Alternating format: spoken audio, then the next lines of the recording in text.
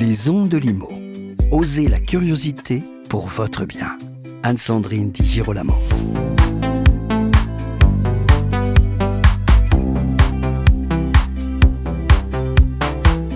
Je reçois aujourd'hui Jean-Luc Porcedo, président du pôle transformation des territoires de Nexity.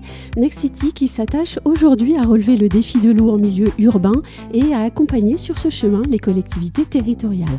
Un projet d'envergure pour agir en faveur de la préservation de la ressource eau, un projet au service de l'intérêt général qui vient aujourd'hui expliquer et commenter.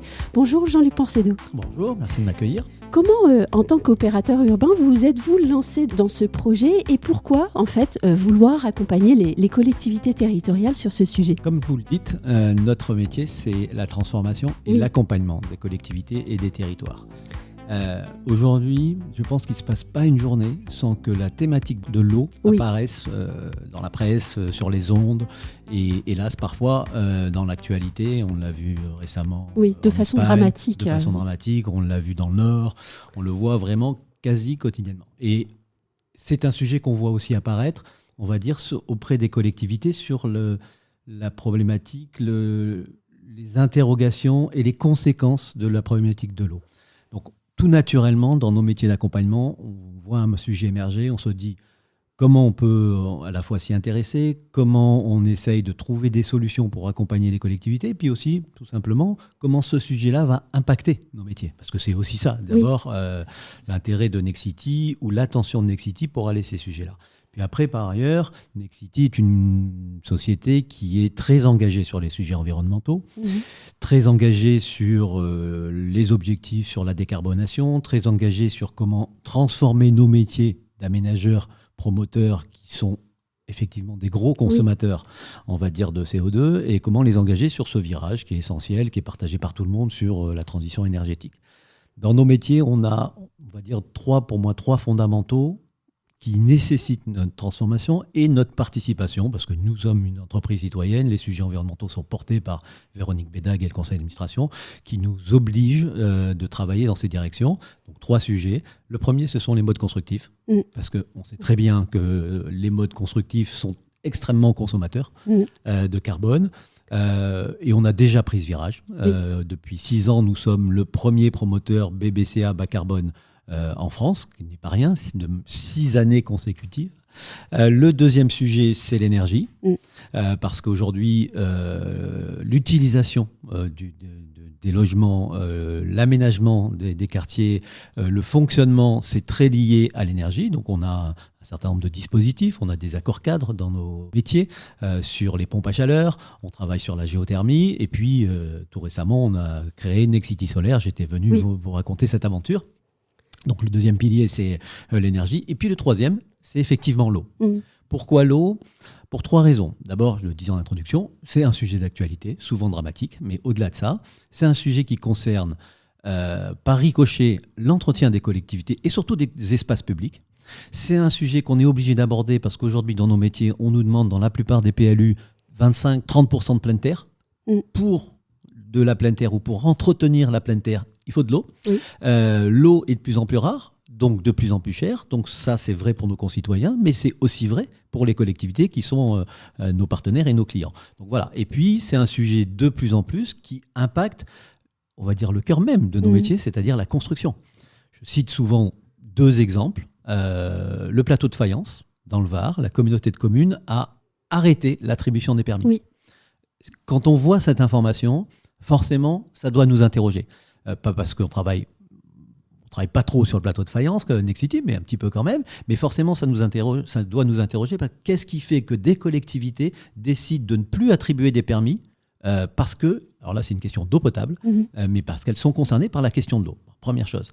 Deuxième événement qui nous a beaucoup interrogés, et il se trouve que Véronique Bédag était sur ce territoire hier avec moi, l'agglomération de Caen-la-Mer, qui pour la première fois, on va dire, pour une collectivité, donc une agglomération, décide de prendre le temps de la réflexion pour quelles vont être les conséquences des rapports du GIEC sur notre territoire. C'est-à-dire qu'on a des collectivités qui aussi, forcément, se préoccupent de l'avenir, et là, qui se disent, en fait, on avait la ZAC de la presqu'île de Caen, qui va se transformer, voire prendre un temps d'arrêt, ou pouvoir s'arrêter pour un certain nombre de parties, parce que si on projette le rapport du GIEC, tout simplement, ce secteur-là sera inondé. Donc on voit bien là deux manières. Puis j'ai un troisième élément qui nous amène à nous interroger sur ça, tout simplement. Plutôt dans le sud-ouest, mais de plus en plus partout en France, des assurances qui interrogent leurs clients en disant non, là on ne va pas vous assurer parce que les questions de sécheresse, d'argile, posent des problèmes dans la structure, se fissurent de plus en plus, pour parler simplement, et donc on ne veut pas assurer votre maison. Donc là on voit bien qu'on est dans une évolution, des interrogations, des risques qu'on est obligé de prendre en compte. Une révolution aussi. Une adaptation surtout. Oui, une adaptation à la fois parce que, encore une fois, ça fait partie de notre ADN, de notre volonté, de la réponse aux enjeux environnementaux. On ne peut pas faire comme si plus personne ne peut faire ça, sans en tenir compte de ces évolutions. Et puis aussi la préservation de nos métiers, tout bêtement, tout simplement. C'est-à-dire on est obligé de chercher à continuer à faire nos métiers en tenant compte, on va dire, de ces différents sujets. Alors, avant de parler de projets concrets et puis aussi du guide de l'eau, j'aimerais savoir quelle réception ont fait les collectivités territoriales de ce nouveau message qui est lancé par Nexity. Alors, d'abord, un peu comme vous, au début, c'est étonnant. Pourquoi le numéro 1 vient sur ce sujet ? C'est étonnant parce que la question, c'est qu'est-ce que vient faire Nexity sur ce sujet ? J'ai essayé de répondre à votre première question. C'est naturel que Nexity aille sur ces sujets parce que nous sommes une entreprise qui travaille sur l'aménagement urbain et la construction, mais aussi parce que nous sommes une entreprise citoyenne et engagée dans des transformations ou dans l'accompagnement des questions environnementales. J'ai, un élément de qu'est-ce que disent les collectivités. J'ai jamais eu autant de téléchargements sur le site de Nexity que pour le guide de l'eau.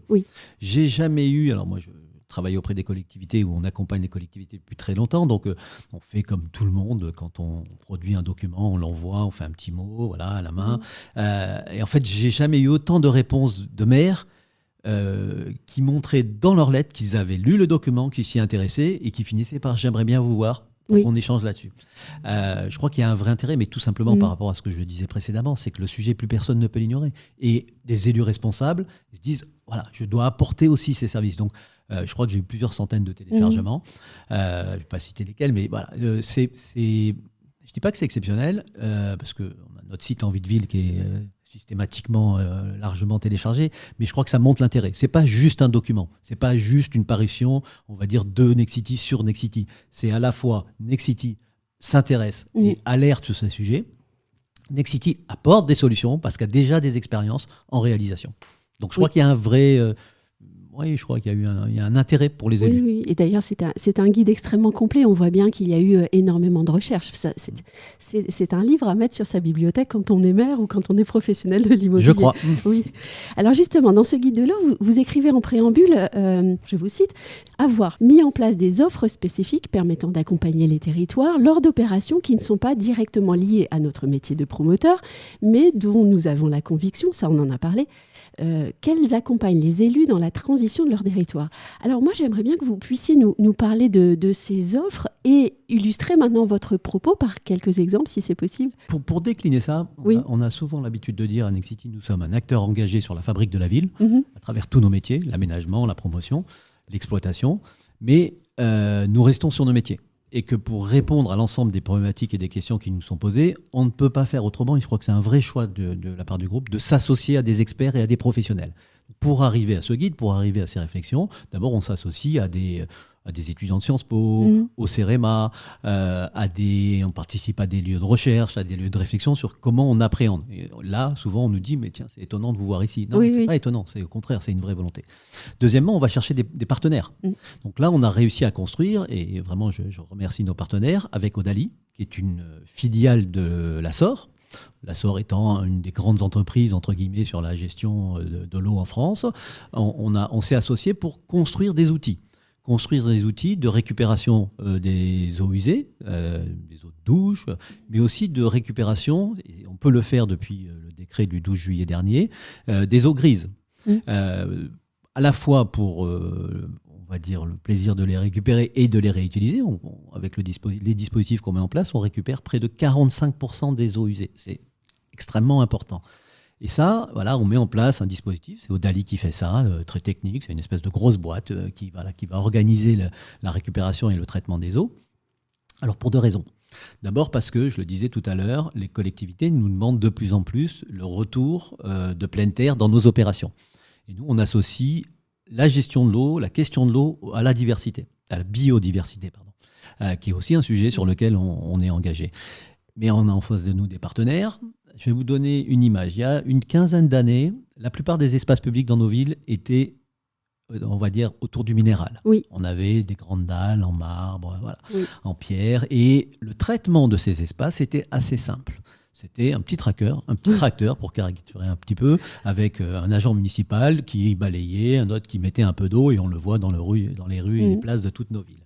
Aujourd'hui, le retour de la pleine terre, mécaniquement, change l'entretien et le fonctionnement de l'espace public et donc des villes. Le change à la fois en visuel, parce que le retour de la pleine terre, ce sont des arbres, ce sont de la végétation et donc de la biodiversité, mais c'est aussi l'entretien. C'était beaucoup plus économique un petit tracteur qui tournait que l'entretien d'espaces végétalisés, parce que là, ce sont des hommes et des femmes. Et de la compétence. Mais donc, pour les collectivités, des coûts supplémentaires. À la fois en arrosant, mais il faut toujours partir de choses assez simples, un peu de bon sens dans nos métiers. Pour entretenir des espaces verts, il faut de l'eau. L'eau coûte cher. Donc comment on peut accompagner, proposer des solutions pour les collectivités et avoir toujours en tête que tout ce que l'on fait dans nos métiers a un effet ricochet qui est souvent un ricochet de coût. Donc la récupération des eaux pour la remettre sur l'entretien et l'utilisation des espaces publics, c'est du bon sens, c'est tout simple, il y a de la technique pour le faire, et en même temps, c'est une forme de réponse aux collectivités en disant, on sait faire ça. Vous nous demandez de la pleine terre, on vous aide aussi dans nos projets à entretenir cette pleine terre. Donc voilà, ça c'est vraiment le premier sujet, et on voit bien les élus qui disent, à la fois, il y a un vrai sujet de réponse aux enjeux environnementaux, mais on apporte un sujet, on va dire, ou une réponse aussi à des questions de coût. On fait la même chose quand nous, dans le cadre de mes métiers d'aménageur, on va dire dans une ZAC ou dans le cadre d'un gros projet avec un PUP, on apporte une réponse à l'investissement. Quand on fait un gros projet ou qu'on urbanise, on va dire 300 logements, c'est 6 classes. 6 classes, ça veut dire des ASEM, ça veut dire qu'il faut trouver des moyens pour construire ces classes. Et donc, c'est un système de participation où l'opérateur, l'aménageur va, on va dire, participer, payer une partie de ce qui va être produit en conséquence de sa construction. Donc ça, c'est un moyen très simple. On met en place des outils, une technique, on récupère l'eau et puis on réutilise cette eau. Bon. Après, il y a d'autres choses sur lesquelles on n'a pas encore mis en place, mais l'année 25 sera une année d'expérimentation sur ce genre de choses. On va essayer, autour des maisons individuelles, de stocker de l'eau et de la réintroduire dans les sols, en particulier les sols argileux, quand avec des éléments techniques de test, quand le sol va trop sécher, et du goutte à goutte va permettre tout simplement d'éviter les fissures. Alors l'assèchement des terres en dessous, les fissures du bâtiment, de la maison, et donc aussi apporter une réponse pour l'assurance, une réponse assurantielle, parce qu'on a de plus en plus d'assurances qui disent « Ah, mais là, avec l'évolution climatique, je m'interroge. » Et la pire des choses, c'est de ne pas proposer à nos clients, aux collectivités, on va dire des solutions pour que les gens puissent continuer et que les communes continuent à se développer. Troisième exemple que je peux vous donner, alors là c'est avec ma casquette aménageur, ce sont des choses qu'on fait depuis très longtemps. C'est-à-dire quand on aménage un quartier, quasi systématiquement aujourd'hui, on met en place des nus. C'est-à-dire comment on va récupérer, non pas les eaux pour les redistribuer, mais les eaux pour les maintenir ou les contenir, en particulier sur les sujets d'écoulement. Aujourd'hui, il y a plein d'exemples dans plusieurs de nos ZAC, quasi systématiquement des nus pour accompagner l'eau vers la sortie, on va dire, où on met en place, on va dire, de l'espace vert, de l'espace public qui va servir de réservoir d'eau quand il y a trop de pluie. Donc là, on a tout un tas de communes, entre guillemets, qui sont déjà opérationnelles sur tout ça. Eh bien, vous avez donné l'un des exemples que j'aurais pu vous demander. Et en particulier, tout à l'heure, on avait parlé des pratiques constructives, parce qu'on sait qu'un chantier aussi consomme beaucoup d'eau. Et je suppose que là aussi, vous avancez. Alors, sur la consommation d'eau pendant le chantier, c'est parce que très souvent, le béton consomme de l'eau. Oui, c'est surtout ça. Nous, on essaye d'avancer on va dire, je dis... Et là aussi, vous travaillez beaucoup sur le béton voilà. aussi. Oui. Alors aujourd'hui, on travaille beaucoup sur le béton. Tout simplement, dans chacune de nos opérations, on a un bilan carbone à produire. On va rentrer dans la mécanique de nos métiers, mais dans tous les comités d'engagement de Nexity, aujourd'hui, il y a un bilan carbone de l'opération qui est regardé par les membres du comité d'engagement tout autant, on va dire, que le reste du dossier. Il y a aujourd'hui une approche financière verte. C'est-à-dire on est obligé d'aller dans cette direction et je crois que c'est plutôt une bonne chose. Mais après, sur la question de l'eau, c'est le béton, mais on essaye aussi, nous, de travailler, en particulier sur les modes constructifs, sur une diversification des modes constructifs.